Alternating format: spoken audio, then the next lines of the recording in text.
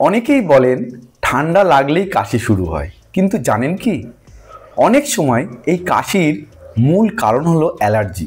আজকের ভিডিওতে জানবো কাশির সাথে অ্যালার্জির সম্পর্ক ঠিক কিভাবে। অ্যালার্জি কি?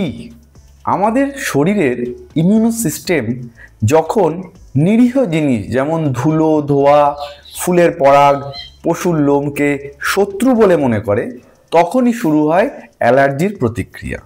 এতে হাঁচি, নাক চুলকানো, চোখে জ্বালা, গলা খুসখুস করা এবং কাশি দেখা দেয়। এবার চলুন জানি এই যে অ্যালার্জি কাশি এর ক্যারেক্টার বা বৈশিষ্ট্যগুলো কী কী।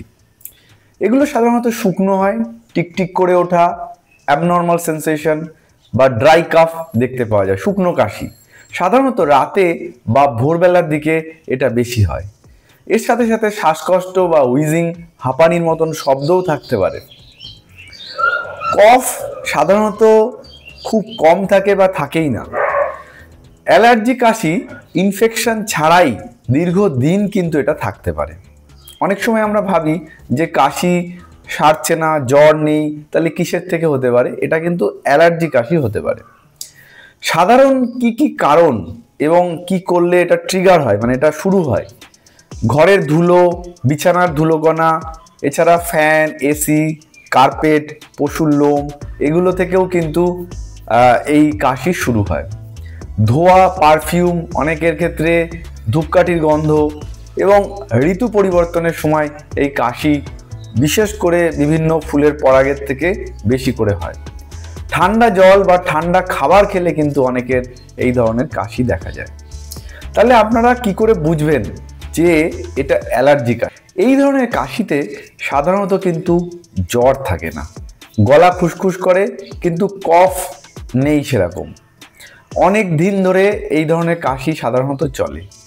নির্দিষ্ট পরিবেশ এই কাশি কিন্তু বেড়ে যায়, যেমন ধুলো, গন্ধ বা পোষা প্রাণীতে এই কাশি বাড়ে। উপসর্গ থাকলে, এই উপসর্গগুলো যদি আপনার থাকে, তাহলে এটা অ্যালার্জিজনিত কাশি হওয়ার সম্ভাবনাই কিন্তু বেশি। চলুন এবার জানি এই ধরনের কাশি হলে কি করা উচিত এবং কি করে এই কাশিকে আমরা প্রতিরোধ করব। ধুলো, ধোঁয়া সাধারণত এড়িয়ে চলতে হবে। বাড়িঘর পরিষ্কার রাখতে হবে। কার্পেট ও পর্দা নিয়মিত ধুতে হবে। ধূমপান থেকে দূরে থাকতে হবে।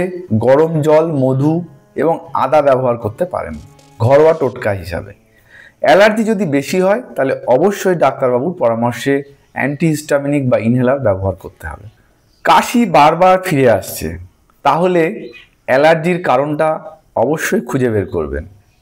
আর এই ভিডিওটা যদি ভালো লাগে তাহলে কিন্তু লাইক, শেয়ার আর কমেন্ট করতে ভুলবেন না, এবং আরও সবার মধ্যে এই ভিডিওটা ছড়িয়ে দিন, যাতে অ্যালার্জিজনিত কাশি আমরা মোকাবিলা করতে পারি।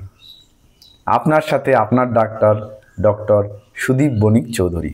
নমস্কার, ভালো থাকুন, সুস্থ থাকুন।